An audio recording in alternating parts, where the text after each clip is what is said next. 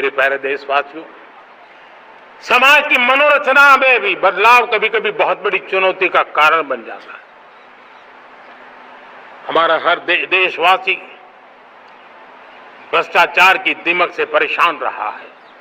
हर स्तर के भ्रष्टाचार ने सामान्य मानवीय का व्यवस्थाओं के प्रति विश्वास तोड़ दिया है। उसको अपनी योग्यता, क्षमता का प्रति अन्याय की जो गुस्सा होता है वो राष्ट्र की प्रगति में नुकसान करता है। और इसलिए हमने व्यापक रूप से भ्रष्टाचार के खिलाफ एक जंग छेड़ा है। मैं जानता हूं इसकी कीमत मुझे चुकानी पड़ती है, मेरी प्रतिष्ठा को चुकानी पड़ती है, लेकिन राष्ट्र से बड़ी मेरी प्रतिष्ठा नहीं हो सकती है, राष्ट्र के सपनों से बड़ा मेरा सपना नहीं हो सकता। और इसलिए ईमानदारी के साथ भ्रष्टाचार के खिलाफ मेरी लड़ाई जारी रहेगी, तीव्र गति से जारी रहेगी और भ्रष्टाचारियों पर कार्रवाई जरूर होगी। मैं भ्रष्टाचारियों के लिए भय का वातावरण पैदा करना चाहता हूं ताकि देश के सामान्य नागरिक को लूटने की जो परंपरा बनी है उस परंपरा को मुझे रोकना है। लेकिन सबसे बड़ी नई चुनौती आई, भ्रष्टाचारियों से निपटना तो है ही, लेकिन समाज जीवन में उच्च स्तर पर एक जो परिवर्तन आया है वो सबसे बड़ी चुनौती भी है और एक समाज के लिए सबसे बड़ी चिंता भी है। क्या कोई कल्पना कर सकता है कि मेरे ही देश में इतना महान संविधान हमारे पास होने के बावजूद भी कुछ ऐसे लोग निकल रहे हैं जो भ्रष्टाचार का महिमा मंडन कर रहे हैं, खुलेआम भ्रष्टाचार का जय जयकार कर रहे हैं।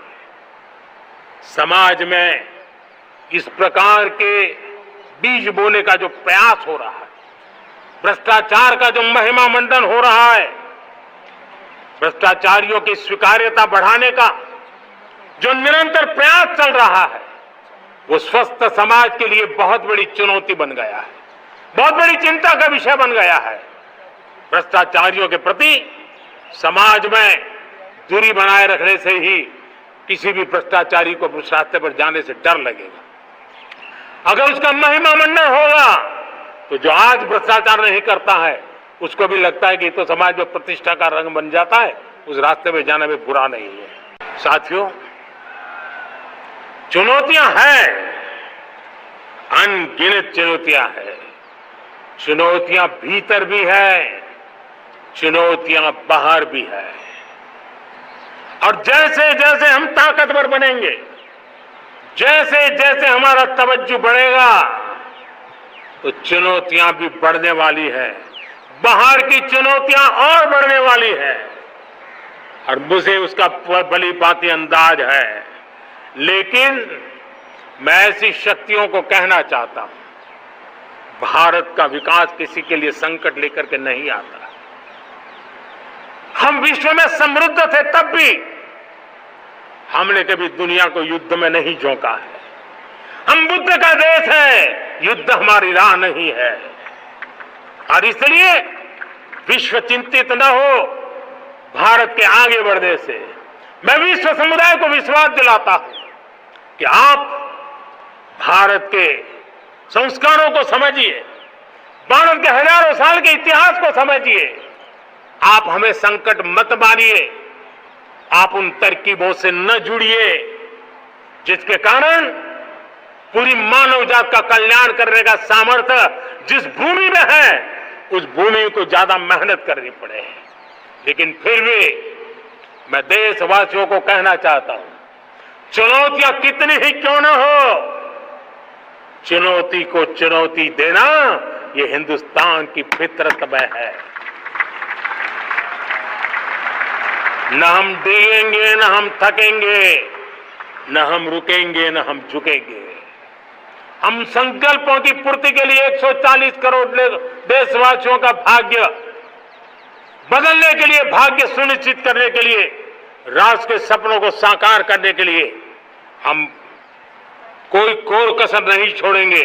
मेरे प्यारे देशवासियों, आज देश में नए अवसर बने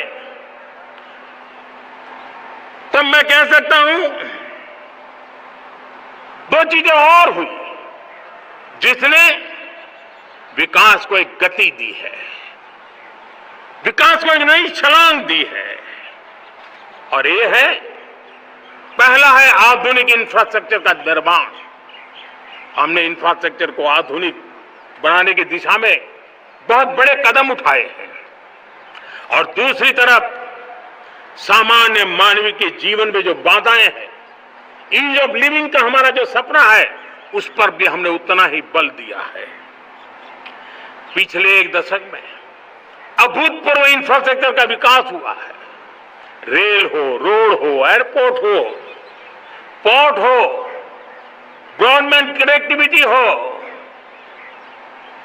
गांव गांव नए स्कूल बनाने की बात हो, जंगलों में स्कूल बनाने की बात हो, दूर सुदूर इलाकों में अस्पताल बनाने की बात हो, आरोग्य मंदिर बनाने की बात हो, मेडिकल कॉलेजों का काम हो, आयुष्मान आरोग्य मंदिरों का निर्माण चलता हो, 60,000 से ज्यादा अमृत सरोवर बने हो, 2 लाख पंचायतों तक ऑप्टिकल फाइबर नेटवर्क पहुंचा हो, नहरों का एक बहुत बड़ा जाल बिछाया जा रहा हो, 4 करोड़ पक्के घर बनना, गरीबों को एक नया आश्रय मिलना, 3 करोड़ नए घर बनाने के संकल्प के साथ आगे बढ़ने की हमारी कोशिश हो। हमारा पूर्वी भारत, नॉर्थ ईस्ट, उसका इलाका आज इंफ्रास्ट्रक्चर के लिए जाने जाना लगा है। और हमने ये जो कायाकल्प किया है, उसका सबसे बड़ा लाभ समाज के उन वर्गों तक हम पहुंचे हैं जो ग्रामीण सड़कें वहां बनी है जिनकी तरफ कोई देखता नहीं था, जिस इलाकों को नहीं देखता था, जिन गांवों को नहीं देखता था। दलित हो, पीड़ित हो, शोषित हो, वंचित हो, पिछड़े हो, आदिवासी हो, जंगल में रहने वाले हो, दूर सुदूर पहाड़ों में रहने वाले हो, सीमावर्ती स्थान पर रहने वाले हो, हमने उनकी आवश्यकता की पूर्ति की है।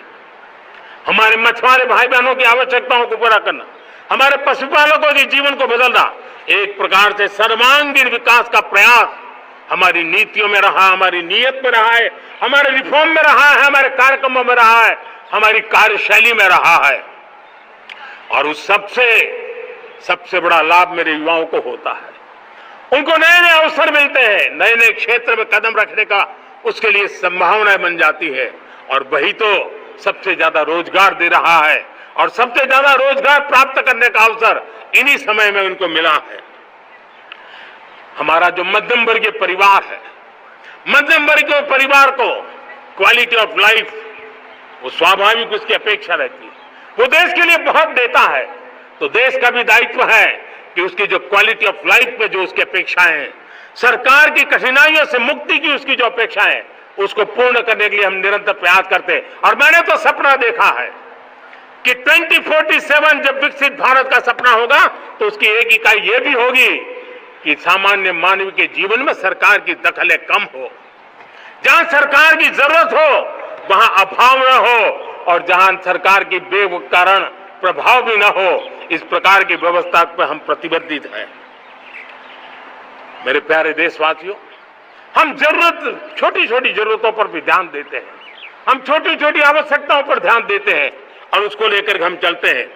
चाहे हमारे गरीब का घर का चूल्हा जलता रहे, गरीब की मां को कभी आंसू पी करके सोना न पड़े, और इसके लिए मुफ्त इलाज की योजना हमारी चल रही है। बिजली, पानी, गैस अब सैचुरेशन के मूड पर है। और जब हम सैचुरेशन की बात करते हैं, वो 100% होता है। जब सैचुरेशन होता है तो उसको जातिवाद का रंग नहीं लगता है। जब सैचुरेशन होता है तो उसको में पांथिकता का रंग नहीं लगता है। जब सैचुरेशन का मंत्र होता है, तब सच्चे अर्थ में सबका साथ सबका विकास का मंत्र साकार होता है।